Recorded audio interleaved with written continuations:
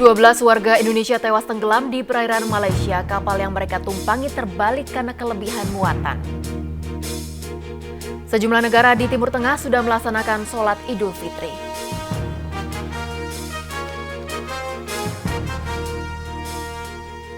Halo pemirsa, kedua laporan tadi beserta sejumlah berita terkini lainnya akan kami hadirkan untuk Anda. Saya Chantal Della Conceta, inilah Seputar Indonesia.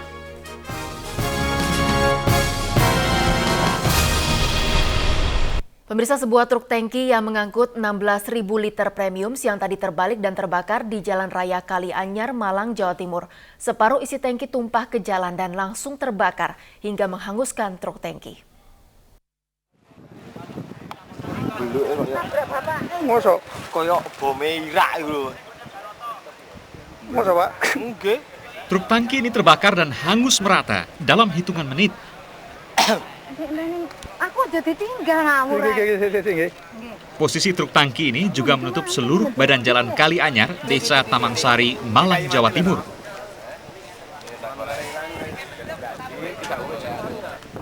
Tidak ada warga yang berani mendekat karena khawatir akan terjadi ledakan. Peristiwa ini diambil dari gambar amatir seorang warga sekitar yang kebetulan mengetahui kejadian ini. Sebelum terbakar, truk tangki ini hendak membawa 16.000 liter premium dari depo Pertamina Malang menuju SPBU Pronojiwo di Malang Selatan. Saat menikung tajam, diduga truk dalam kecepatan tinggi sehingga oleng, terbalik, dan akhirnya terbakar karena gesekan besi tangki dengan aspal. Tidak ada korban jiwa dalam kejadian ini, namun kernet truk terpaksa dilarikan ke Rumah Sakit Saiful Anwar Malang karena menderita luka bakar. Dari Malang, Jawa Timur, Denny Irwansyah melaporkan. 12 warga negara Indonesia tewas tenggelam di perairan laut yang berjarak 3 km dari Port Klang Barat, Malaysia. Peristiwa itu terjadi akibat kapal yang mereka tumpangi terbalik. Kapal feri pengangkut barang yang mengangkut sekitar 150 orang diduga kelebihan muatan. Kapal meninggalkan pelabuhan Port Klang pukul 7 pagi waktu Malaysia. 10 menit kemudian kapal terbalik. Dari 12 korban meninggal, 11 diantaranya wanita. Sementara 18 orang luka yang dirawat di Rumah Sakit Tengku Ampuan Rahimah, sebagian besar adalah wanita dan anak-anak. Sementara 127 penumpang dinyatakan selamat. Kuat dugaan para penumpang kapal adalah TKI ilegal. Duta Besar RI untuk Malaysia Dai Bahtiar telah menginstruksikan staf KBRI mencatat identitas seluruh korban. Pemirsa, aksi pencopet mewarnai kepulangan ratusan TKI asal Malaysia ke kampung halamannya di Nusa Tenggara Timur.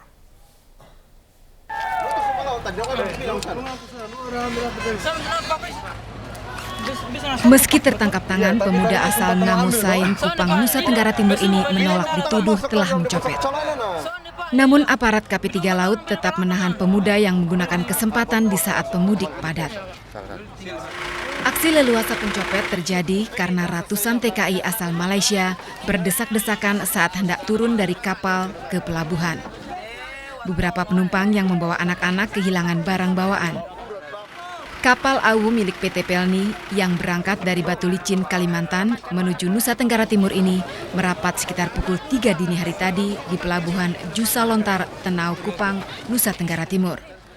Pada masa mudik, kapal AU yang juga singgah di Tanjung Perak, Surabaya, dan Benoa, Bali ini mengangkut 1.400 penumpang. Padahal kapasitas kapal hanya untuk 800 orang.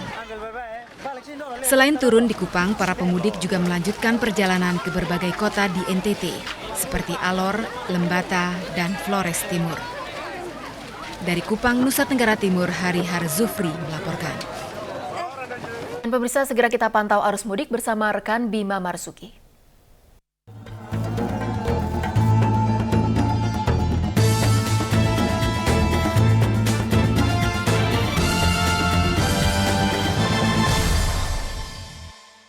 Pemirsa, dari Pusat Informasi Mudik RCTI kami sampaikan laporan seputar mudik 2008 dan kami juga akan hadirkan pantauan lalu lintas melalui kamera CCTV di 20 titik di Pulau Jawa kerjasama kami dengan Departemen Perhubungan.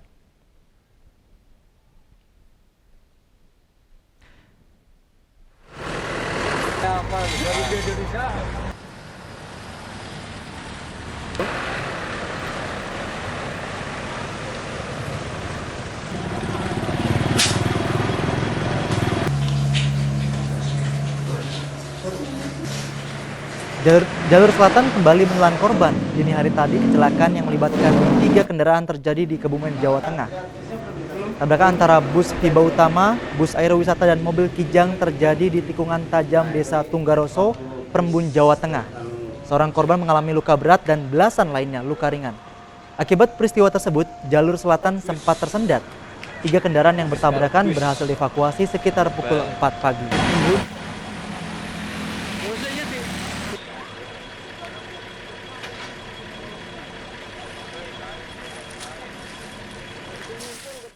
Dan pemirsa, sehari menjelang Lebaran, arus mudik dari Jakarta mulai sepi. Puncak arus mudik telah terjadi pada H-3 dan H-2.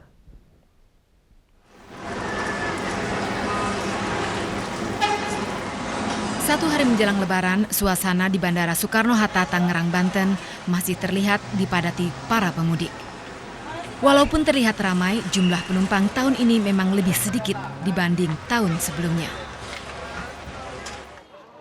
Di Terminal Pulau Gadung, Jakarta Timur, sehari menjelang Lebaran relatif sepi penumpang. Terminal hanya dipenuhi oleh bus-bus yang parkir untuk mencari penumpang. Puncak arus mudik di Terminal Pulau Gadung terjadi pada H-4, memberangkatkan 354 unit bus dengan 14.000 penumpang. Sedangkan pada H-2 kemarin, hanya 171 bus yang diberangkatkan dan mengangkut 6.200 penumpang. Tim Liputan RCTI melaporkan. Sehari menjelang Lebaran, kondisi arus mudik di jalur Pantura Subang, Jawa Barat sudah lancar. Volume kendaraan jauh berkurang dibanding kemarin, dan pengguna kendaraan roda 2 tampak lebih dominan dibandingkan roda 4.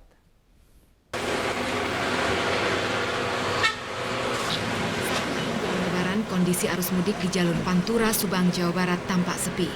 Kendaraan begitu lancar melewati jalur yang biasa padat oleh para pemudik. Dibanding dengan hari-hari sebelumnya pada H-2 dan 3, kondisi jalur ini kini jauh lebih lengang. Tidak ada tanda-tanda kepadatan arus kendaraan pemudik. Kelengangan arus mudik ini dimanfaatkan pemudik dengan mengajukan kendaraannya dengan kecepatan tinggi. Petugas menduga penurunan drastis jumlah kendaraan sehari menjelang Lebaran karena banyak pemudik memilih lebih awal untuk pulang kampung. Hingga siang tadi pengguna kendaraan roda 2 masih lebih dominan dibanding kendaraan roda 4. Diperkirakan arus lalu lintas akan terus normal hingga setelah Lebaran nanti. Kepadatan arus lalu lintas baru akan kembali terjadi saat memasuki arus balik. Dari Subang, Jawa Barat, Yudi Heriawan melaporkan. Memasuki H-1 Lebaran, arus mudik yang masuk maupun keluar kota Yogyakarta cenderung normal. Kepadatan arus lalu lintas justru terjadi di tengah kota, yakni di kawasan Malioboro. Dari pantauan tim RCTI menggunakan helikopter milik Polda DIY, siang tadi arus lalu lintas baik yang akan masuk maupun keluar kota melalui Wates cenderung normal. Begitu pula di Ring Road Utara, suasana tampak normal. Sedang di Jalan Raya Jogja Solo, arus lalu lintas tetap lancar hingga di kawasan Prambanan. Sementara di ruas Jalan Magelang, meski terdapat proyek perbaikan jembatan Kerasak yang belum selesai, arus lalu lintasnya juga lancar.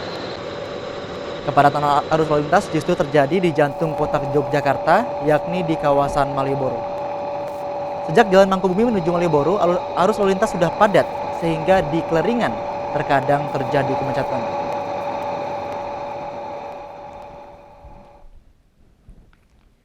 Dan pemirsa, segera kita lihat bersama arus lalu lintas di jalur mudik melalui kamera CCTV di sejumlah titik di Pulau Jawa yang merupakan hasil kerjasama RCTI dengan Departemen Perhubungan. Dan pemirsa, yang Anda saksikan ini adalah kawasan Simpang Jomin, Jawa Barat. Dan bisa Anda lihat kondisinya sedikit ramai, tapi tidak menimbulkan antrian kendaraan. Dan pemirsa, ini merupakan fenomena lalu lintas seiring dengan semakin dekatnya hari Lebaran. Karena arus kendaraan dari Jawa Tengah mulai masuk ke arah Jakarta. Oleh karenanya arus kendaraan keluar dan masuk ke arah Jakarta hampir seimbang.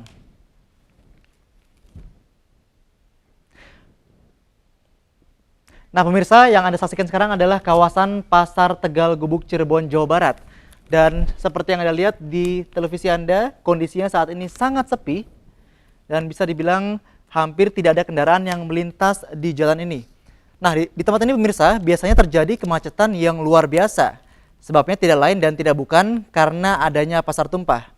Namun karena kesigapan aparat di lokasi, pasar tumpah ini bisa diatasi sehingga arus lalu lintas seperti yang Anda lihat cukup lancar. Dan semoga keadaan ini bisa terus bertahan, terutama pada arus balik nanti. Dan kini pemirsa yang Anda saksikan ini adalah kawasan Karanganyar, Kebumen, Jawa Tengah. Dan seperti yang bisa Anda lihat di monitor Anda, arus lalu lintas tampak lancar baik ke arah Jakarta maupun ke arah Jawa Tengah. Lagi-lagi, meski relatif lancar, pada jalur ini kemacetan dapat sewaktu-waktu terjadi. Pasalnya di jalur ini terdapat beberapa pintu perlintasan kereta api. Kereta api lewat rata-rata setiap 1 jam. Dan bila kereta lewat, maka sekitar 5 menit seluruh kendaraan harus berhenti.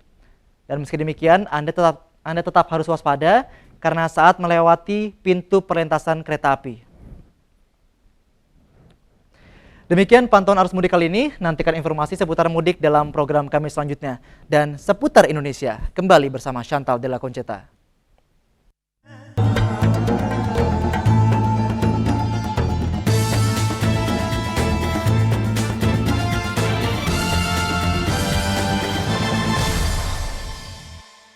Rukyatul Hilal secara global, Jemaah Hizbut Tahrir Indonesia pagi tadi telah melaksanakan sholat Id.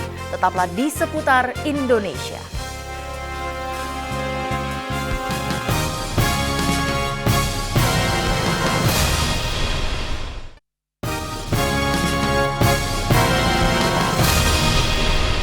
Pemirsa, Jemaah Hizbut Tahrir di berbagai wilayah di tanah air pagi tadi telah melaksanakan sholat Idul Fitri. Hizbut Tahrir meyakini 1 Syawal jatuh hari Selasa ini berdasarkan Rukyatul Hilal secara global. Ratusan jamaah Hizbut Tahrir ini Selasa pagi telah melakukan sholat Idul Fitri di kawasan Tebet, Jakarta Selatan.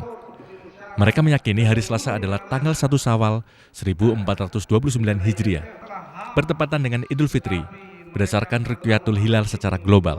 Menurut Ustadz Muhammad Hijrah Dahlan yang bertindak sebagai imam sholat Id, hal ini sah-sah saja, sekalipun berbeda dengan keputusan sidang isbat pemerintah yang menetapkan 1 Syawal jatuh pada hari Rabu. Tidak hanya di Jakarta, sholat Idul Fitri juga digelar jamaah Hizbut Tahrir di berbagai daerah seperti di Serang, Banten. Namun demikian, Hizbut Tahrir tetap menghormati perbedaan perayaan 1 Syawal, termasuk yang telah ditetapkan pemerintah yakni hari Rabu besok. Sholat Id juga dilaksanakan ratusan jamaah Hizbut Tahrir Indonesia HTI Selasa pagi di kawasan Taman Apsari, Surabaya, serta diikuti jamaah Hizbut Tahrir di Sidoarjo dan Gresik. Di Yogyakarta, sholat Idul Fitri dilaksanakan oleh sedikitnya 700 orang jamaah Hizbut Tahrir di areal parkir Stadion Mandala Krida. Di Makassar, Sulawesi Selatan, ratusan jamaah Hizbut Tahrir melaksanakan sholat Idul Fitri di berbagai lokasi, antara lain di Gedung Juang 45 Jalan Sultan Alauddin dan di Masjid At-Taqwa, Tamalan Rea, Makassar. Meski sudah tidak puasa lagi, jamaah Hizbut Tahrir diminta tetap menghargai umat muslim lainnya yang masih melaksanakan ibadah puasa. Tim Liputan RCTI melaporkan. Sementara itu, sejumlah negara di Timur Tengah hari ini juga telah menggelar sholat Idul Fitri. Saudi Arabia misalnya telah menggelar sholat Idul Fitri pagi tadi. Demikian juga negara-negara lain di Timur Tengah seperti Emirat Arab, Kuwait, Qatar, Bahrain, Yaman, Yordan, Palestina, Libanon, Irak, Iran, Afghanistan, dan Libya. Sementara negara Timur Tengah lainnya seperti Mesir, Suriah, dan Tunisia menetapkan Idul Fitri jatuh pada 1 Oktober Rabu besok. Pemerintah Indonesia sendiri memutuskan 1 Syawal 1429 Hijriah jatuh pada Rabu besok, 1 Oktober 2008. Keputusan ini merupakan hasil sidang isbat Departemen Agama Senin petang bersama MUI serta seluruh pimpinan ormas Islam di Indonesia. Pemirsa, korban mutilasi yang jasadnya ditemukan di bis Mayasari Bakti hingga kini belum diketahui identitasnya. Seputar Indonesia segera kembali.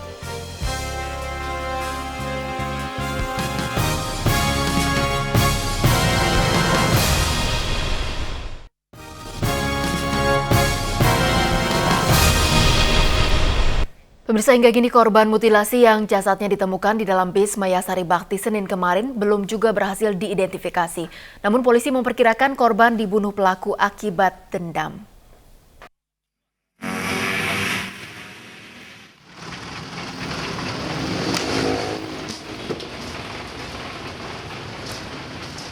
Di bawah kursi penumpang inilah kondektur bus Mayasari Bakti P64 jurusan Pulau Gadung Kalideres menemukan 2 kantong plastik yang berisi potongan tubuh korban mutilasi.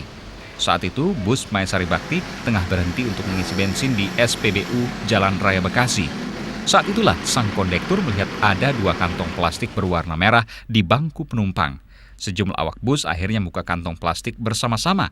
Ternyata berisi potongan tubuh manusia berjenis kelamin laki-laki. Mereka kemudian melaporkan temuan mengejutkan itu ke Polsek Cakung. Kan 3 bangku, 3 tengah. Ini laki-laki yang di tengah. Saya lihat situ ya orangnya. Potongan tersebut terdiri dari 14 potongan, ya. Kurang lebih 14. Dan sementara hasil pemeriksaan baru potongan kaki, kemudian kemaluan, potongan lengan kanan, dan beberapa potongan daging yang mungkin masih dalam pemeriksaan forensik. Guna penyelidikan lebih lanjut, jenazah korban mutilasi pun dibawa ke RSCM untuk diotopsi oleh tim forensik. Namun proses identifikasi korban kemungkinan akan memakan waktu karena hingga saat ini kepala korban belum juga ditemukan. Satu-satunya tanda yang diharapkan dapat menguak identitas korban adalah tato bergambar macan di lengan sebelah kanan. Dari Jakarta, Andi Abdul Hamid dan Miftahul Gani melaporkan. Seorang kondektur di Sika, Nusa Tenggara Timur nekat menganiaya calon penumpang hanya karena menolak menaiki angkotnya. Korban luka robek di pipi dan pelipis kanannya, sementara pelaku melarikan diri. Sevasius Nanggo hanya bisa menahan rasa sakit karena luka di pipi dan pelipis kanannya. Bersama istrinya, Sevasius terpaksa mengadukan penganiayaan yang dialaminya kepada polisi.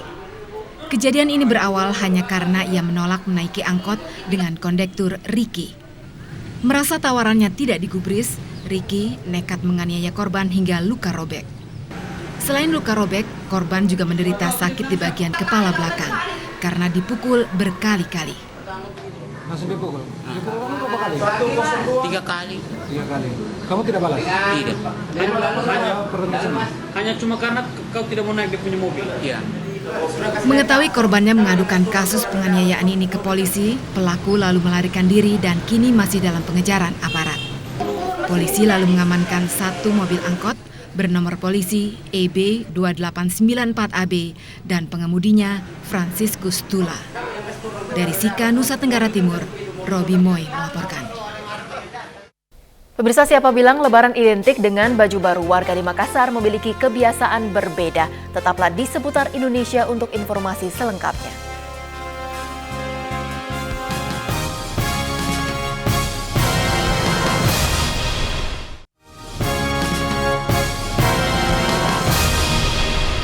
Pemirsa, merayakan Hari Raya Idul Fitri rupanya tidak saja identik dengan baju baru atau hidangan ketupat.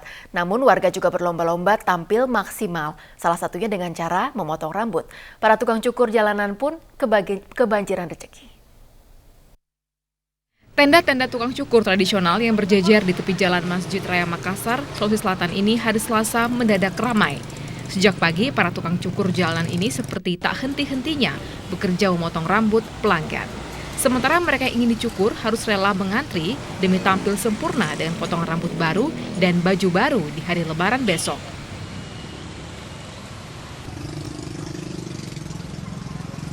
Umumnya warga memilih bercukur di tepi jalan ini karena tarifnya relatif lebih murah. Udin, salah seorang tukang cukur, mengatakan pendapatan mereka melonjak drastis jelang Ramadan. Pada hari biasa mereka hanya mendapatkan rata-rata Rp50.000. Namun kini para tukang cukur ini mendapatkan Rp200.000 per hari. Tarif bercukur di pinggir jalan ini memang cukup murah. Untuk dewasa dikenakan tarif Rp10.000, sedangkan anak-anak cukup dengan Rp8.000. Rudi Gudawan melaporkan dari Makassar, Sulawesi Selatan. Seputar Indonesia Selasa 30 September 2008 berakhir di sini. Saya Chantal Della Conceta, selamat menikmati masa libur Anda. Sampai jumpa.